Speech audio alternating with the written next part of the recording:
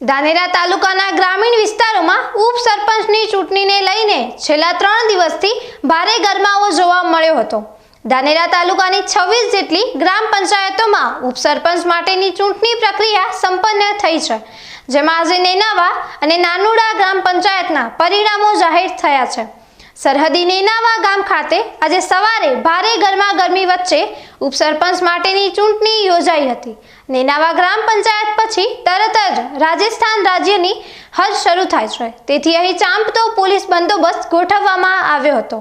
ઉપસરપંચ પદ માટે જનકબેન જાની અને નટવરસિંહ દેવડા એમ 2 ઉમેદવારી પત્રો રજૂ થયા હતા। નિયત ચૂંટણી કાર્યક્રમ મુજબ 1 કલાક ચાલેલા મતદાન બાદ નટવરસિંહ દેવડાને 8 મતો મળતા તેમનો વિજય થયો હતો। નેનાવા ગ્રામ પંચાયતના કુલ 12 વોર્ડ સદસ્યોમાંથી 1 વોર્ડ સદસ્ય ગેરહાજર રહ્યા હતા, જ્યારે સરપંચ સહિત અન્ય 7 સદસ્યોએ નટવરસિંહ દેવડાની તરફેણમાં હાથ ઊંચા કરીને મતદાન કર્યું હતું। ચૂંટણીને લઈને લોકોની ભારે ભીડ પણ જોવા મળી હતી। આજ રોજ તારીખ 19/7/2025 રોજ નેનાવા ગ્રુપ ગ્રામ પંચાયતની ઉપસરપંચની ચૂંટણી 13 કલાકે પોલીસ સુરક્ષા સાથે યોજવામાં આવી, જેમાં નટવરસિંહ નાથુસિંહ દેવડા તથા જાની ઝલકબેન ભવાની શંકરે બંને ઉમેદવારોએ તેમના ઉમેદવારી પત્રો રજૂ કરેલ। ત્યારબાદ નિયત સમય પ્રમાણે મતદાન માટેની પ્રક્રિયા હાથ ધરતા નટવરસિંહ નાથુસિંહ દેવડાને 8 મત મળેલ, જેથી તેઓને ઉપસરપંચ તરીકે વિજેતા જાહેર કરવામાં આવેલ છે। બીજી તરફ નાનુડા ગ્રામ પંચાયત ખાતે પણ ઉપસરપંચની ચૂંટણીને લઈને ગ્રામ પંચાયત આગળ ગ્રામજનોનો મોટો જમાવડો જોવા મળ્યો હતો। નાનુડા ગ્રામ પંચાયતમાં ઉપસરપંચની ચૂંટણી માટે નાયબ મામલતદાર જેસી પંચાલને અધ્યાસી અધિકારી તરીકે નિમણૂક કરવામાં આવી હતી।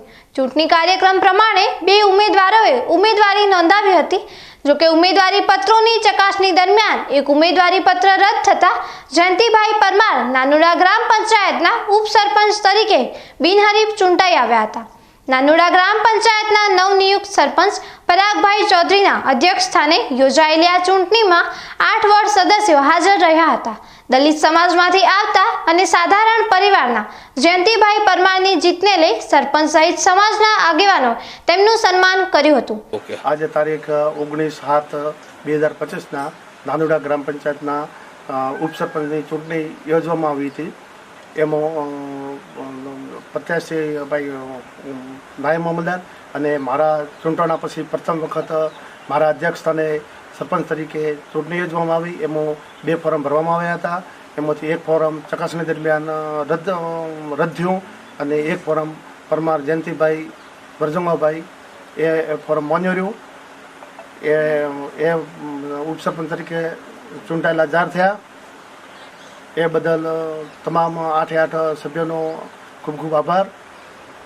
આ ચૂંટણા પછી અમારા ગામની અંદર સારો વિકાસ થાય એ માટે અમે અને અમારી ડેપ્યુટી અને અમારી આખી ટીમ ગામમાં સારા કાર્ય થાય એ માટે તત્પર રહીશું। આ ચૂંટણી પરિણામોએ ધાનેરા તાલુકાના ગ્રામીણ રાજકારણમાં નવો ઉત્સાહ ઉમેર્યો છે।